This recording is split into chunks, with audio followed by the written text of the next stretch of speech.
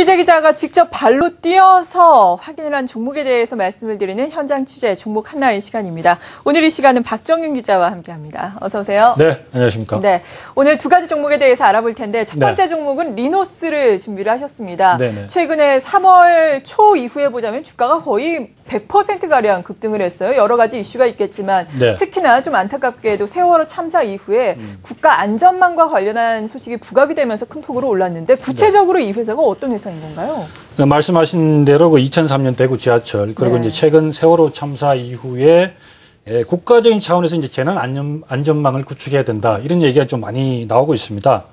이 간단히 말해서 이렇게 뭐 소방청이라든가 경찰청 이렇게 이제 따로 쓰고 있는 무선망을 국가적인 재난이 발생됐을 때는 한 가지로 통일을 해야 된다. 이런 부분인데 바로 이런 부분이 이제 무선통신 솔루션이라는 부분인데요.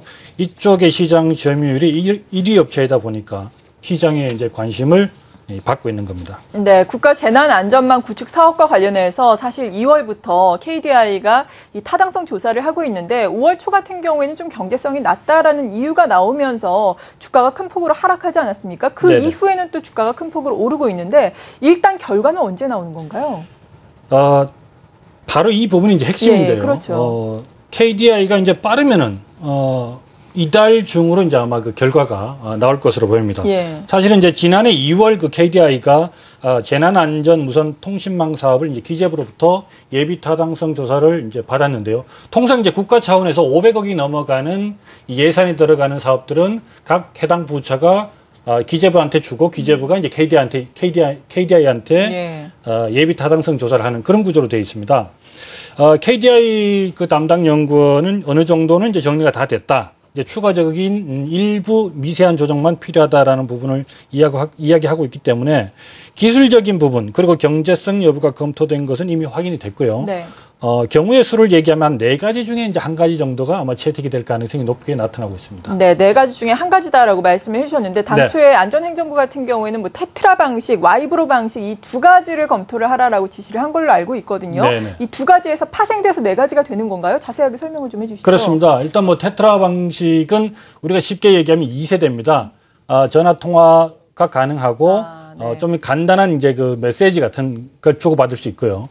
여기에 이제 와이브로 같은 경우는 뭐 아시다시피 이제 뭐 차세대 인터넷 기술이라고 한번 각광을 받았는데 통화라든가 뭐 그리고 이제 메시지도 주고받을 수 있고 특히 이제 동영상까지 주고받을 수 있는 기술입니다. 이제 이 2가지를 가지고 어느 정도 좀 가능하냐 이렇게 이제 의뢰가 됐었는데 이 2가지가 다 채택이 될 수가 있고 또 2가지 채택이 다 안 될 수도 있고 또 각각 하나가 될 수가 있기 때문에 일단은 그 4가지 중에 한 가지 정도는 분명히 이제 조합이 될 것이다. 그리고 한 가지 기술이 채택이 돼서 다른 한 가지가 믹스되는 일부 좀 보완이 되는 이런 기술은 아니고 분명히 한 가지 정도는 채택이 될 것이라고 이제 얘기를 하고 있기 때문에 이 부분은 조만간 이제 뚜껑을 열어보면 아마 그 결과가 분명히 나올 거로 생각이 듭니다. 그러겠죠. 이렇게 여러 가지 경우의 수에 대한 이야기가 나오고 있는 가운데 일부에서는 또 와이브로 주파수 대역을 쓰자라는 이야기도 나오고 있다고요?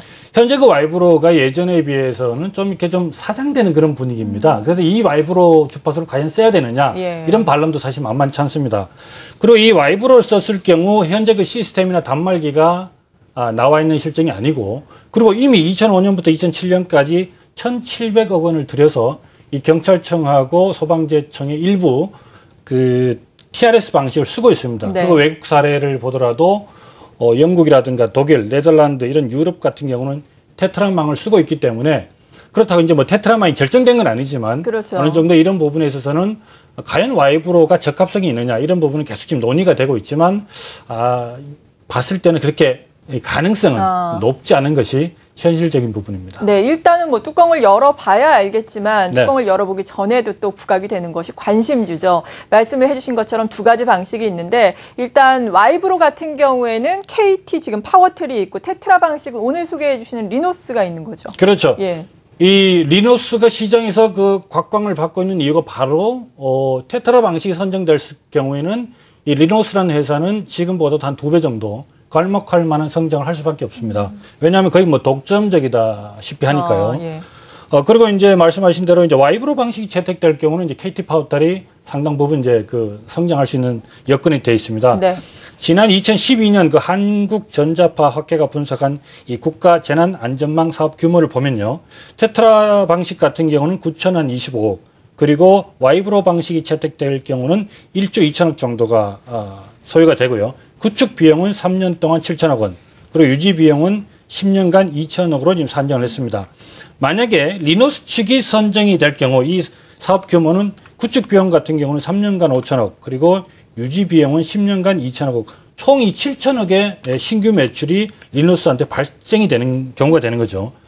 결국 이 KDI의 타당성 조사 결과가 5월 말쯤이면 이제 결과가 나오니까 네. 이 부분에 따라서 이 회사의 이제 매출이나 주가도 아마 분명히 영향을 받을 것으로 보입니다. 네, 그렇군요. 이것과 관련해서는 말씀하신 것처럼 결과 발표가 난다고 하니까 결과가 어떻게 발표되는지는 저희가 또 취재기자와 함께 향후에 알려드리겠습니다. 그리고 올해의 드림 CIS라는 회사의 지분은 70%를 인수를 했는데 네. 어떤 시너지 효과가 기대가 되는 건가요? 리노스는 일단 이 아까 말씀드린 무선통신 솔루션 분야, 네. 그리고 이제 여러분이 잘 아시는 뭐 키플링, 이스트팩 이런 그 백팩 또 그 패션 사업을 하는 업체입니다. 예. 기본적으로 안정적인 사업 구조를 가져가는 게 이제 회사 그 노학영 대표의 그 좀 신념이라고 할 수 있는데요. 네. 여기에 드림 CIS 그러니까 이게 뭐냐면 임상 시험을 대행하는 업체입니다. 또 다른 영역이네요. 네.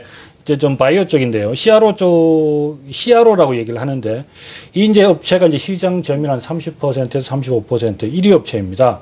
2012년 같은 경우 이제 매출을 보면 210억 원, 그리고 영업이익이 13억, 그리고 지난해 같은 경우도 매출이 209억, 영업이익 5억 정도로 꾸준한 성장을 예견하고 있기 때문에 또 다른 사업 영역이라고 볼 수 있겠죠.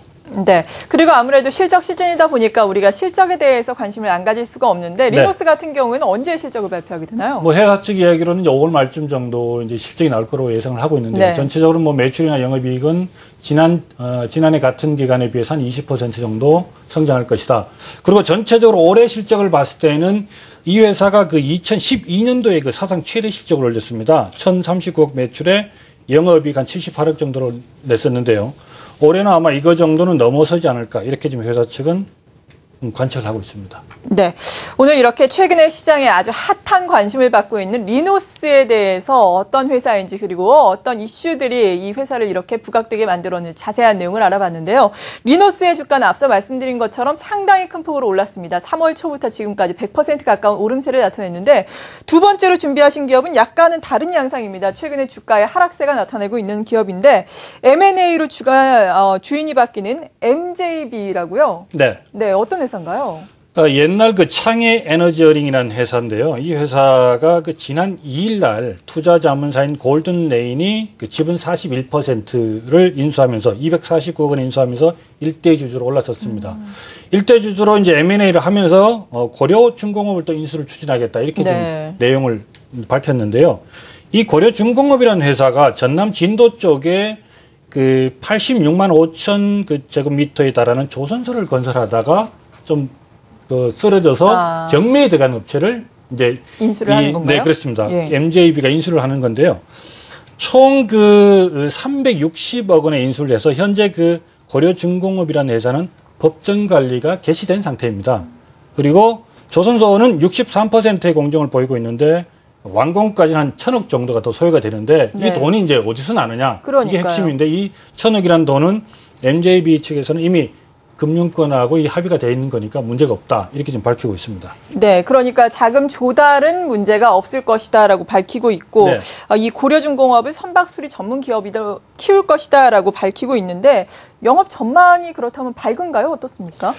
네, 일단은 뭐 그 인수자금 360억에 대한 해결책, 이게 과연 네. 누가 낼 것이냐 이런 부분인데 이 부분은 지금 골든레인이 아마 지불할 것으로 지금 회사 측 얘기하고 있고요. 네. 영업 전망은 일단은 조선소를 이제 선박을 수리하는 쪽으로 이제 컨셉을 잡고 있기 때문에 일단은 준공 후 내년 말이면 이제 준공이 되는데 매출 한 6천억 정도, 연 6천억 정도는 무난하지 않을까 이렇게 지금 회사 측은 내다보고 있습니다. 네. 그리고 MJB의 실적을 지금 쭉 보자면은 매출 130억 원, 영업이익 같은 경우에는 5억 원의 지난해에 흑자를 기록했는데 하지만 또 볼 게 단기 순이익 같은 경우에는 124억 원의 손실을 기록을 했네요. 네, 그렇습니다. 네. 이게 언뜻 보면 좀 너무 부실한 회사가 그렇죠, 아니냐 예. 이렇게 이제 볼 수가 있는데 저도 이 부분을 좀 취재하면서 좀 황당했던 부분도 있었는데 바로 이 부분이 네.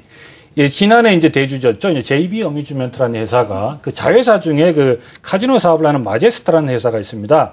여기에 이제 MJB 자금을 240억을 좀 빌려줘라. 이렇게 해서 빌려줬었는데 회계법인이 이제 감사를 하다 보니까 이제 못 받을 수도 있을 것이다. 예. 이걸 감안해서 지난해 그 대손 충당금을 쌓으면서 120억 원을 이제 마이너스 처리를 한 겁니다. 그런데 이게 올해 이제 4월 2일 날 대주주가 바뀌면서 이 그 골든레인이 4월 2일 날 240억을 전량 이제 다시 돌려받았습니다. 네. 그래서 이제 그 120억에 대한 그 손실 부분은 2분기에 적용한다라고 얘기를 하고 있습니다.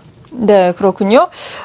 그리고 지금 뭐 사채 발행이라든지 유상증자 이야기도 있고 사업 목적에 여러 가지 곡물이라든지 원자재 등을 추가할 것이다라는 이야기도 있다고요? 네, 그렇습니다. 네. 이 회사는 일단 주총 이후에 정말로 그 실체가 다 드러날 것으로 보이는데요. 좀 꼼꼼히 챙겨볼 필요성이 있는 회사라고 예. 저는 뭐 나름 취재하면서 그렇게 느꼈는데요. 네. 5월 22일 날 제주도에서 이제 임시주총이 열리는데 역시 임시주총이라는 거는 M&A를 한 회사가 기존에 있는 경영진이나 임원들을 어쨌든 뭐 물갈이를 할 수밖에 없는 그런 네. 일이니까요. 아마 그때 이후에 전체적으로 회사가 윤곽이 드러날 것으로 보이고 그리고 회사 측은 아마 그 임시주총 이후에 한 달 내로 BW라든가 유상증자를 아마 할 예정이라고 밝히고 있습니다. 규모는 그렇게 크지 않은 규모라고 얘기를 하고 있고요. 그리고 이제 사업 추가에 뭐 곡물 무역업이라든가 에너지 무역업, 원자재 무역업 이런 거를 이제 계속 추가를 시키는데 그 이유는 이제 돈 되는 좀 사업을 좀 붙여서 단기간에 팔 건 아니고 이 회사를 제대로 한번 키워보겠다. 지금 이렇게 하고 있는데 제가 이 부분은 예. 계속 좀 추가적으로 주의 깊게 좀 보도록 하겠습니다. 네, 그러니까 사업 다각화를 위해서 돈이 되는 사업을 덮치기 위해서 노력을 하고 있는데 일단 주총이 말씀하신 것처럼 5월 22일이라고 하니까 이때까지 조금 더 주의 깊게 지켜봐야 되겠네요. 네, 그렇습니다. 네, 오늘 이렇게 두 개의 핫한 기업들 만나봤습니다. 리노스 그리고 MJB였고요. 박정윤 기자와 함께했습니다. 수고하셨습니다.